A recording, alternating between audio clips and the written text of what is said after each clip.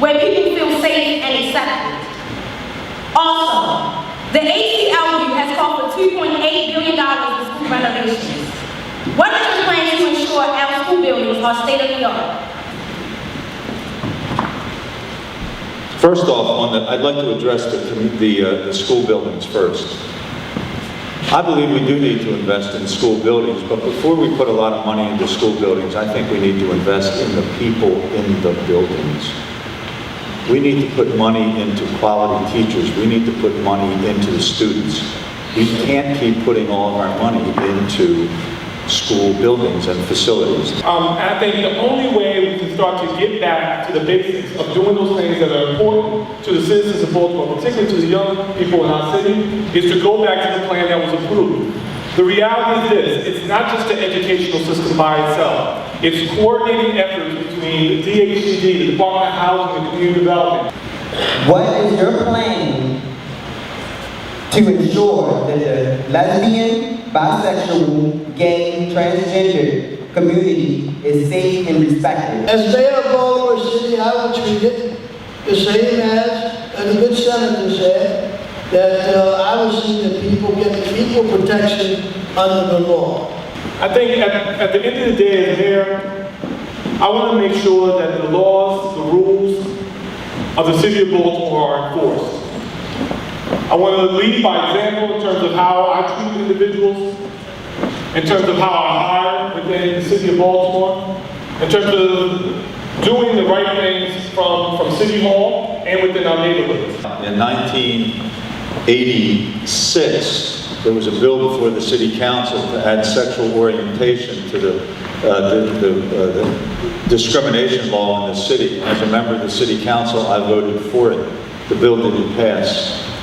It took another 2 years before we got enough votes to put that bill through the City Council, and in 1988, sexual orientation was added to the list of categories of anti-discrimination in Baltimore City, and I have to say that I count that as one of my proudest moments in the City Council, because it was not a popular measure back in the late 80s. What are your plans on fixing this environmental injustice within low-income earners? It's not more trash pickup. It's not looking at our citizens and saying, could you do more in terms of picking up a chicken box? Because the chicken box, at the end of the day, is not what's causing the environmental injustice that you're talking about. You're talking about high rates of cancer being caused by landfills and brownfields that are not being dealt with. So what can I do as mayor? I can stand up and actually value my citizens. I can value all of my citizens. I say that John Hopkins have to pay the community. They are the one responsible to clean up the east side in that area. And no mayor in the past have pressured them to do that. As mayor, Wilton Wilson will make sure that they put the work in. You know, as a mayor, it's up to you to decide what needs to be done about those kinds of situations. What this mayor could have done as it relates to the lead paint poison cases, we could have gone to the philanthropic community, the business community, because this problem of lead paint is not going away. And we would have created an endowment fund, because this is a problem that's going to be with us for decades to come. We have a responsibility to the people who live in our city. If we care about this city, and as the mayor, you have to care about the people who live in your city, and you invest in those folks first. We have an environmental issue right now that we're dealing with in the city, and it's been settled in the courts. There's been a judgment issued against the city for lead paint poisoning in dwellings that were owned by the city, and the courts have issued a $12 million judgment against the city. And the city is not owning up to it. The city is not taking responsibility, and yet we were able to find several $1 million to repave the streets down in downtown Baltimore to make way for the Grand Prix. Our priorities are skewed here, folks.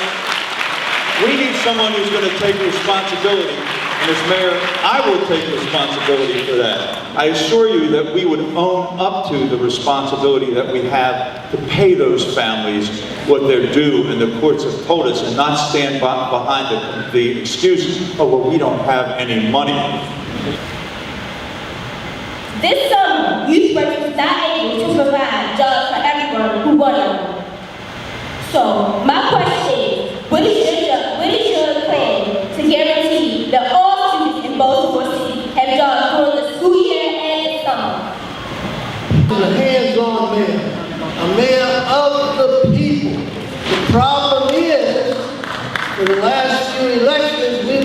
elected people that are not of the people. They are above the people.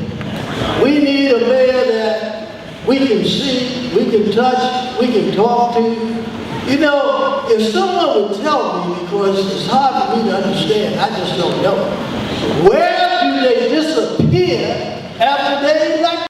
We cannot grow the city under the current administration because this mayor just wants to maintain Baltimore. We want to move Baltimore forward. We can do it. We can do it if we invest in the people who live in our city. With 47,000 boarded houses, 30,000 empty houses, the 6th most dirty city in America, and as I've already said, Forbes magazine already voted us the worst city to do business in. As your next mayor, I will move this city forward. I will invest in the young people. I will create neighborhoods. I will move us from being a top-down theory city and move us from being bottom-up, and that means investing in every single one of you.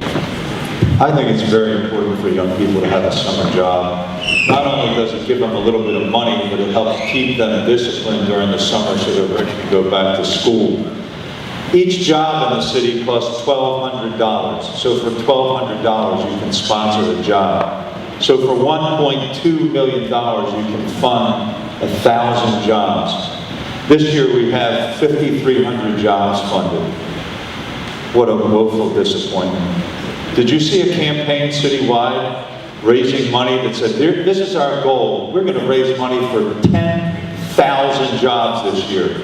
I didn't see it. And yet I do remember in the past, that's the kind of citywide campaign we had, where every business in this city and foundation ponied up money, and neighborhood groups and churches to create jobs. One of the first jobs I ever had was supervising kids in a summer job program. So I think it's critical.